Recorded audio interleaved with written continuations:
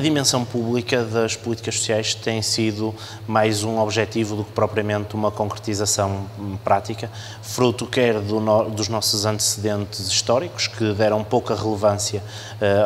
ao objetivo de construção de um Estado de Providência como objetivo final, quer fruto de algumas condições socioeconómicas do momento em que iniciamos esse trajeto de construção de algumas respostas sociais. Tendemos a assumir que a dimensão pública pode ser substituída por lógicas de compromisso público-privadas, sejam elas com a Igreja, com as misericórdias em geral, ou até mesmo com algumas respostas de caráter efetivamente privado. E mais recentemente, o retorno do discurso da família como locus das respostas de política pública. Claro que, sendo todos estes elementos fundamentais, não podem retirar o caráter central de participação do Estado, porque só este Estado é que responde de forma efetiva ao caráter universal que deve estar subjacente às políticas públicas.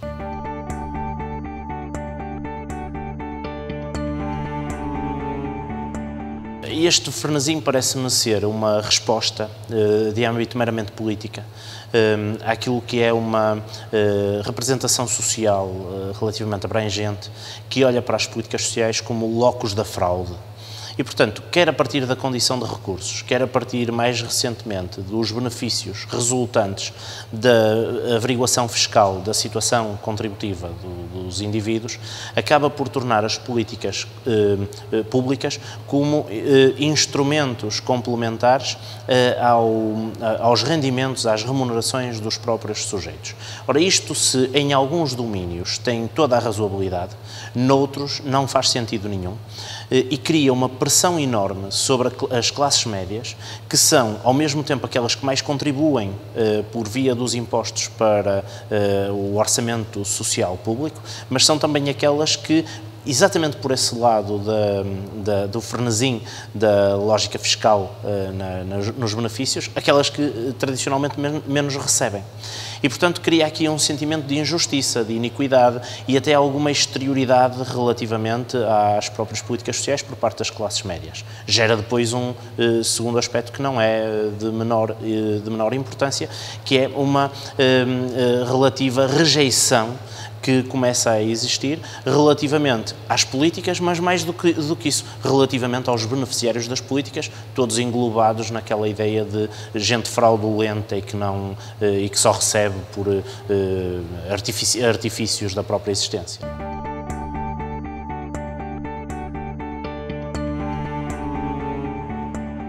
É possível averiguar algumas de caráter genérico e depois concretizar em algumas consequências muito práticas no dia-a-dia da vida dos cidadãos, nomeadamente dos cidadãos beneficiários das políticas públicas. É evidente que, de uma forma genérica, as políticas sociais, quando são representadas negativamente, reproduzem fatores de estigmatização, fatores de vergonha social, fatores de desvalorização identitária nos indivíduos, e isso em si mesmo já é, lógica genérica, já é uma consequência, ou já são consequências particularmente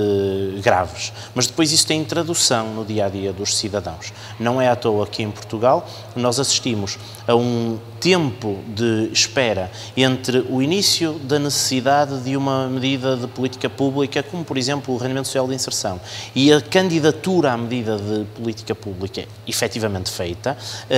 um tempo que é um tempo excessivo de 5 a 6 meses, que significa não apenas um tempo de espera, um tempo de acomodação à ideia de benefício como único reduto da sobrevivência, mas ao mesmo tempo a digestão desta vergonha social, deste estigma incorporado com aquilo que é a efetiva necessidade. E, portanto, não estamos apenas perante fatores subjetivos genéricos, mas estamos também perante consequências muito práticas que incentivam, que facilitam o aumento da vulnerabilidade do indivíduo. Aumentam as identidades desvalorizadas, aumenta a autoestima reduzida, mas aumenta também a dívida ao talho, a dívida ao supermercado e, portanto, gera-se aqui uma espécie de bola de neve que, na verdade, é muito produzida por este tempo excessivamente longo que medeia entre a necessidade e a candidatura e que, repito, é um tempo que resulta desta apreensão, desta apropriação negativa das próprias políticas sociais.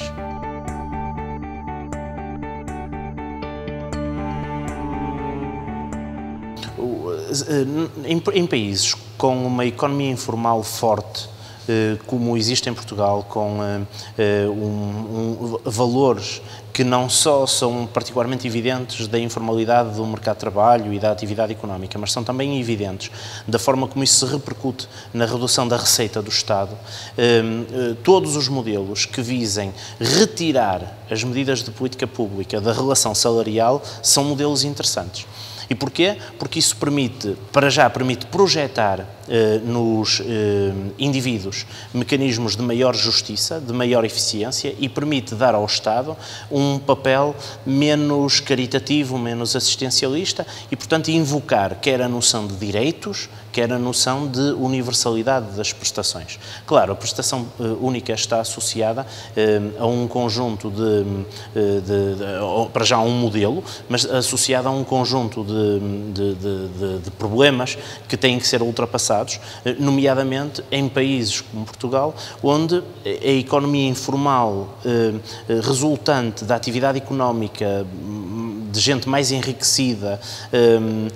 a atividade especulativa está pouco apanhada pelas malhas fiscais. O que poderia acontecer é exatamente aquilo que acontece em qualquer uma das medidas que tenham condição de recursos, que é termos gente que, na verdade, não necessitaria, mas que por ter remunerações ainda pouco evidentes à luz do fisco, acabariam por beneficiar, criando aqui mais uma vez a ideia de fraude e a ideia de injustiça. A prestação única tem que compatibilizar-se com uma efetiva, um efetivo instrumento que permita apanhar a multiplicidade de formas não apanhadas hoje em dia de rendimentos. Agora, de um ponto de vista abstrato, conceitual até, é o caminho, sobretudo é o caminho para evitar esta pulverização de políticas, algumas das quais sediadas em ministérios e em serviços completamente diferentes e que, na verdade, têm sequência do ponto de vista da vida dos indivíduos, mas não têm nenhuma sequência do ponto de vista institucional. Era, por isso, a forma correta de garantir esta continuidade institucional e esta relação com a justiça e com a universalidade, se forem salvaguardados os perigos que enunciei, naturalmente.